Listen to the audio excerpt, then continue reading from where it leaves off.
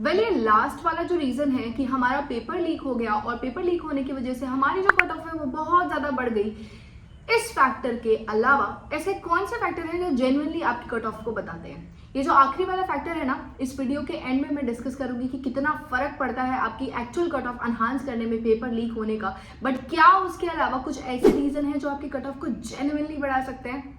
Well, this is your host Ritika Sharma. सबसे पहला reason जो मुझे लगता है ना, वो है हमारा अंडर एम्प्लॉयमेंट। ये बहुत ही सीरियस मुद्दा है जिसको सरकार अब धीरे धीरे नोटिस करने लगी है, बट धीरे धीरे प्रमोट भी करने लगी है।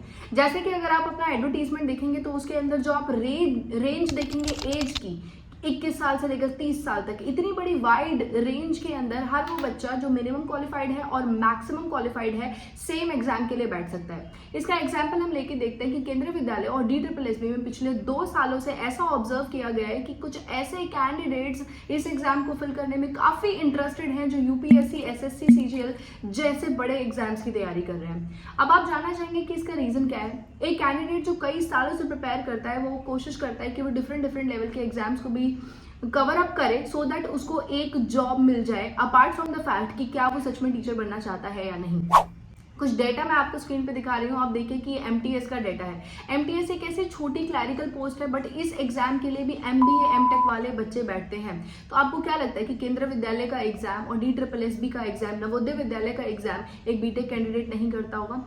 उसने अगर BEd की डिग्री ली है तो वो कर सकता है। This is what the example of under employment. Under employment एक ऐसी परिस्थिति है भारत की जहां पे आप हाईली क्वालिफाइड हो और जिस पोस्ट के लिए आप बैठ रहे हो वो आपकी क्वालिफिकेशन के कंपैरिजन में लो है या फिर वो उसको जस्टिस नहीं करती, but due to the lack of the opportunity और जॉब अपॉर्चुनिटीज कम है, इसकी वजह से एक candidate in manner to get a job भर देता है लोअर रैंक की पोस्ट। सेकेंड सबसे इंपॉर्टेंट रीजन है हमारा यार, वो है ऑनलाइन एग्जाम्स। क्या आपने कभी नोटिस किया कि ऑनलाइन एग्जाम के अंदर 2018 से एक्सपोनेंशियल ग्रोथ है हमारी कट ऑफ के अंदर। एक्सपोनेंशियल से मेरा मतलब है कि धीरे धीरे भी नहीं बढ़ रही है, सडन ग्रोथ हो रही है, एकदम से ग्रेजुअल ग्रोथ होने की जगह आपका ग्राफ एकदम से बढ़ गया। Why it is because exam online जो भी कंडक्ट कराए जाते हैं उनमें सबसे इंपॉर्टेंट फैक्टर होता है, वो होता है आपका टाइम मैनेजमेंट। आप देखेंगे कि पहले जब हमारे ऑफलाइन एग्जाम होते थे ना, तो टाइम मैनेजमेंट का इतना पता नहीं चलता था और हम अपना सर्कल भर रहे हैं, लगे हुए हैं, टिक कर रहे हैं, जिसकी वजह से बच्चों की जो रैंक आती थी या मार्क्स आते थे वो कंपैरेटिवली कम आते थे। बट ऑनलाइन एग्जाम्स की वजह से जो एक टाइम मैनेजमेंट है एक कैंडिडेट का, वो धीरे धीरे इंप्रूव होता जाता है। आपको एक पर्टिकुलर टाइम दिया जाता है जिस टाइम पीरियड में आपको सेक्शन कंप्लीट करना होता है। आप समझ गए होंगे, अगर मैं टीचिंग की बात कर रही हूँ तो I am talking about DSSB। केंद्रीय विद्यालय ने भी ये इस ईयर अपनाया है कि आपको एक ऑनलाइन सिस्टम दिया जाए। अब ऑनलाइन एग्जाम्स के अंदर वो वाले कैंडिडेट जिनका एक्यूरेसी और टाइम मैनेजमेंट दोनों टॉप नॉच है, वो वाले कैंडिडेट्स उन कैंडिडेट्स को बीट कर देते हैं जिनका नॉलेज लेवल उनके कंपैरिजन में काफ़ी ज़्यादा हाई है। जैसे कि हम एग्जांपल ले सकते हैं, एक लड़का है जिसका टाइम मैनेजमेंट बहुत ज़्यादा है, उसकी स्पीड बहुत ज़्यादा है, उसने उतना ज़्यादा सिलेबस कवर अप नहीं करा है, जबकि एक तरफ एक ऐसा कैंडिडेट है जिसने सिलेबस काफ़ी वाइडली कवर किया, उसका नॉलेज बहुत ज़्यादा है, बट जब वो सेम एग्जाम को देने के लिए बैठा तो due to the lack of the speed and the time management उसके मार्क्स आ गए काफ़ी कम। ये रीज़न है कि with higher accuracy and higher speed cut offs में हो गया है completely एनहांसमेंट। अब आती है एक आखिरी बारी, वो है हमारे पेपर लीक हो जाने की बारी। कुछ ऐसे मुद्दे हैं जो सरकार की तरफ से आते हैं। मैं जब काफ़ी छोटी थी, in my early 20s, I used to think कि ऐसा कुछ होता भी है, but when I had to talk with my मामा जी एंड ही टोल्ड मी कि यस, इस दुनिया में जिस भी चीज़ का नाम है वो एग्जिस्ट करती है। इस तरीके की न्यूज़ आपको SSC से लेके, केंद्रीय विद्यालय से लेके, DSSB से लेके हर डिपार्टमेंट में सुनाई देगी कि आपका एग्जाम लीक हो गया है। बट यहाँ पे मुद्दा ये है कि क्या एग्जाम लीक होने से आपकी कट ऑफ में इतना एक्सपोनेंशियल शूट आता है या फिर 2 या 3% का शूट आता है?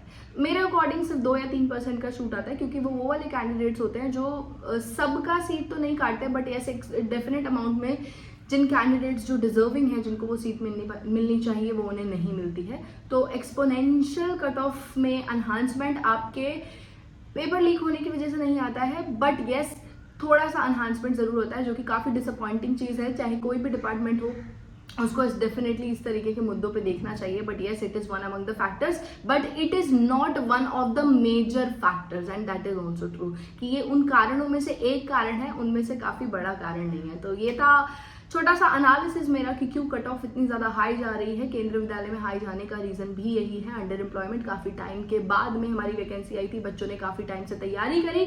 दूसरा सबसे बड़ा कारण यह है कि ऑनलाइन जगत के अंदर अब हर चीज़ एक्सेसिबल है। जो नोटिफिकेशन पहले छोटे छोटे एरिया में जाता था, अब वो हर जगह जाता है।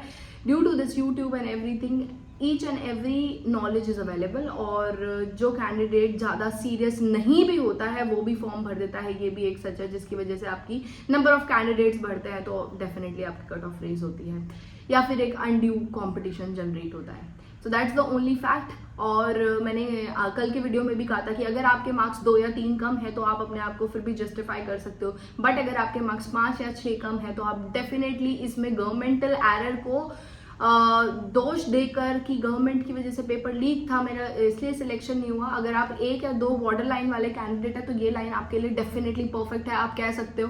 बट अगर आपके 6 या 7 नंबर कम है तो मुझे नहीं लगता कि ये लाइन आपके लिए है। That's what I personally believe, because I feel this is the right way to approach positively towards the coming year of your life. नहीं तो हम सिर्फ सरकार को ही ब्लेम करते रह जाएंगे। वो एग्जिस्ट करती है, मैंने खुद एडमिट किया, मेरे टाइम पे भी एग्जिस्ट करती थी, आने वाले टाइम में भी एग्जिस्ट करेगी। दिस एग्जिस्ट इन एसएससी सीजेट, द बिग नेम ऑल्सो।